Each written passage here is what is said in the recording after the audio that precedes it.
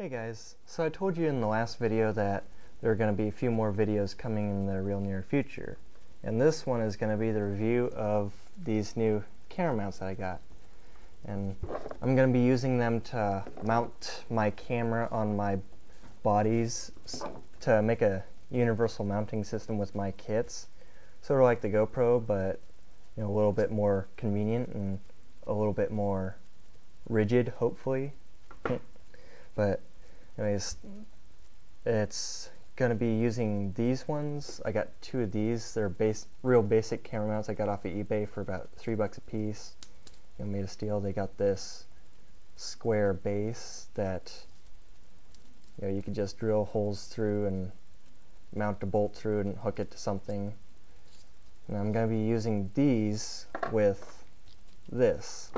I got this off of Amazon for 15 bucks. It's a Verizoom swivel camera mount, and I got this with these because even though this has its own threading mount, this one's isn't as long. So basically, it goes on to the mounting thread, and then you can just swivel it in any direction, tighten it, and it is pretty strong, so hopefully it works out. But to show you how I plan to mount this, I already got the mount made to show you. So this is the other one that I just bolted the threading onto, and this and this that I have mounted on both sides, these are 2-inch wide by, these are from a 2-inch wide by 5-foot long steel bar that I got from my local hardware store for $7 a couple years ago.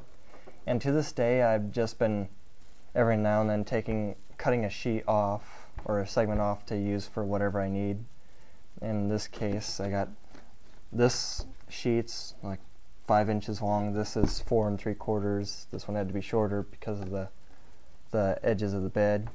But anyways, I lined up the holes to go into the grooves in the bed, and then I got the holes drilled for the first sheet, and then using that as a template, and then drilling the actual holes into the bed, I then took the other sheet, lined it up with the first one, and drilled the exact same holes, make sure they lined up just right. And then by the way, I drilled the holes with a 9/64 drill bit because I didn't have a 3mm bit. But these are 3 by 20mm cap head screws, and they're on with 3x6 metal washers and then the 3mm lock nuts. I'm just using hobby hardware because it's cheaper and easier. Like this stuff I got from Hobby King, real cheap. Hopefully it holds up. But anyways, so I have these bolted together on either side of the bed for extra support. It does add a bit of weight, so I was gonna do a second one up here just in case, but I'm thinking, I'll actually just, if I plan to, I'll move this forward and re-drill the holes here. But for the time being, I'm gonna test it out here, and it looks pretty steady, pretty stable. Just in case, I took these 14mm washers and bored out the insides to 8mm to fit the Emax body post. Let me set the camera back up. Like that. Extra support. And then I'll be putting my camera on that swivel mount on the back, and then getting some good running shots. So I guess all that's I have to do at this point is to, get the running shots. Alright, so I should probably do a quick explanation of how this mount works. So, with this not tightened, it just freely spins, because when you tighten this and tighten the mount onto whatever thread surface you have, that silver housing in there, that's what actually tightens onto the threads here.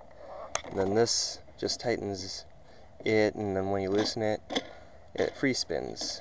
And then when you tighten it like this, it also locks this in to place, which makes it pretty useful in that aspect. But anyways, so here, let's turn it on.